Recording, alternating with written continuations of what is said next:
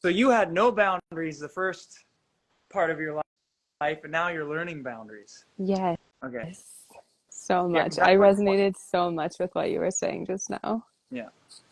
At 28 Mm, degrees is the manifestation number. mm, And cool. let's just break it down for a moment. So 2 is how you feel, 8 is how you decide, and then Mm, add them, you get 10, which is manifest.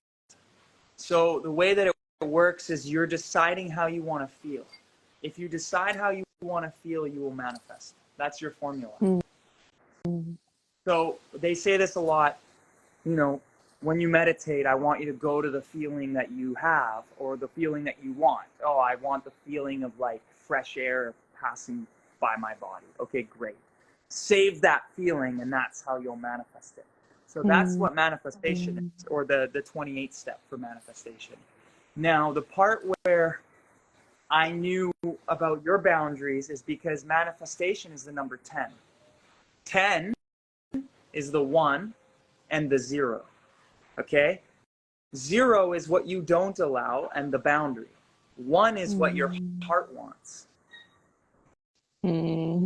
So your heart says, I want this, but you have to create an adequate boundary around your heart so that you can manifest. I'll give an example. Wow. Yeah, so think of it this way. You want to buy a car, okay? Well, the 1 is like, I love this car. I really want it. It's amazing. And then your mind goes, but you're not good enough. You're not smart enough. You'll never make it, blah, blah, blah. Mm, You weren't using the 0 to protect your heart, the boundary. mm, The boundary is, I will not allow the thoughts and the feelings and the emotions that interfere with what my heart wants in this moment. I'll give another mm, one. You really want to buy this amazing car, and it's like you're super excited about it, and you talk to your partner, and your partner rips down every reason why you should not get it. yeah. Okay, so you have a 1, which is what your heart wants, and you have your boundary, which is the 0 or the protector. It's Mm, supposed to protect your heart, and you went to the one person in the world that you knew immediately was going to reject your idea. Like a mm, little kid, you're coming to like a little kid to somebody with a project, and then you're not protecting it because you know that that person is going to tear it down. So until you've fortified all the walls and the project's basically already done, then you go over to that person and you can say to them, hey, this is what I'm doing. And then they'll go, but these are all the reasons why you shouldn't do it. And it's like, yeah, I thought of all that, and here's all the reasons why I can still. You see what I'm saying? yeah. So so knowing who to talk to, who to share with, Mm, when to share. mm, You don't share when you're a kid and you have an idea, and the first thing you do is you run to somebody and you tell them. And if you haven't built any walls yet, immediately they shut it down. Have you ever had that? And then you're like, yeah. you walk away from that, like you went from the most happy and excited and like, pumped person to like in 2 seconds, you feel defeated and you don't even want to Mm, explore it anymore. That's yeah. because there were inadequate boundaries in place. Mm, wow. Yeah, Yeah. that still happens to me. I get so excited about something, and then the second somebody like says something negative, I'm like, oh, and my heart gets sad, and I'm like, oh, Yeah. never mind. Yeah. Yeah. So the process is you're determining what you don't want first. Mm, Everything you don't want gives you contrast to figure out what you want.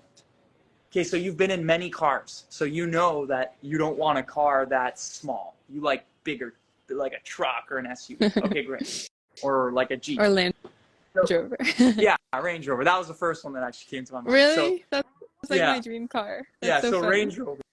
That's why I went from truck to SUV to Jeep, because I was like, no, she wants Mm. like something more than Range Rover. Okay, so you've been in a lot of cars. You know what cars you don't want. Mm, And you love the feeling of this Jeep, of this Range Rover. Okay, great. So you've got the Range Rover, you built the idea, your heart really wants it. So you know what you don't want, you know what you want. Then the next step is to feel every bit of like your body and essence being in that car. Oh, So yeah. some of the most amazing manifestors, they would go to the car depot and they would get in a car and they would drive it around the street, even if they could never afford it.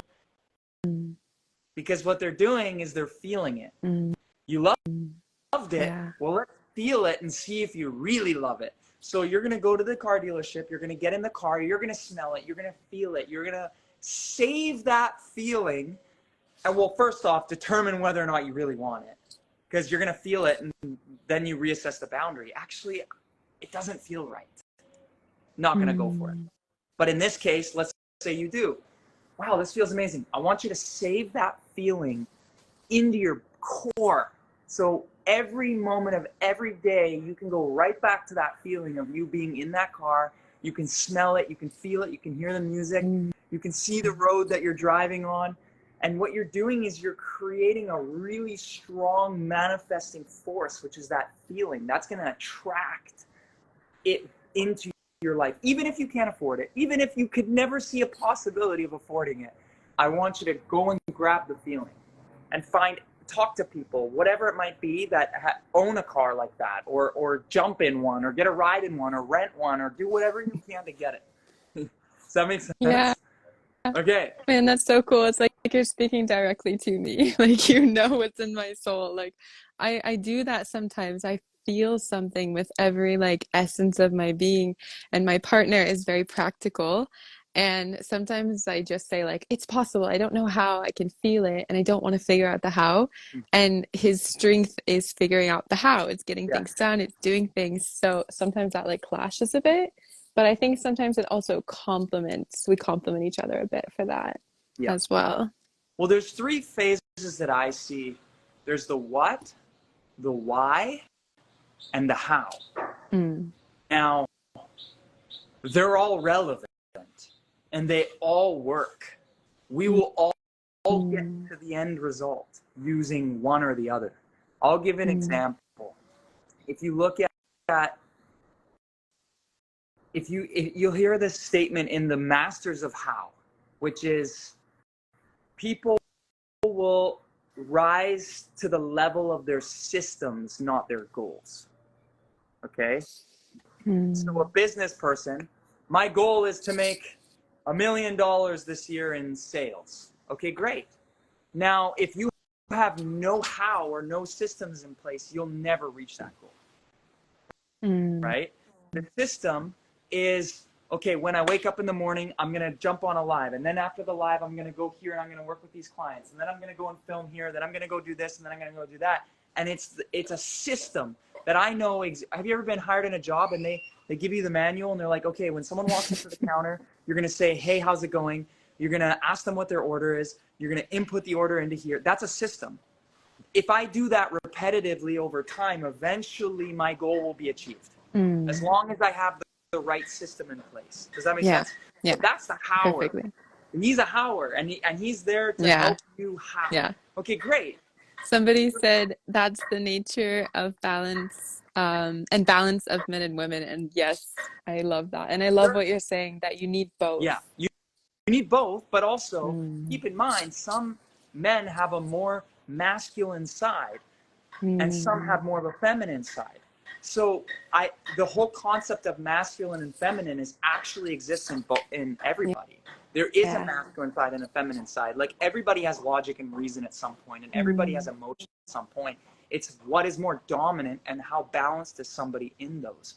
So if men adapted a little bit more of the feminine side and women adapted or adopted more of the masculine side, we would have more harmony in the way that they move through the world.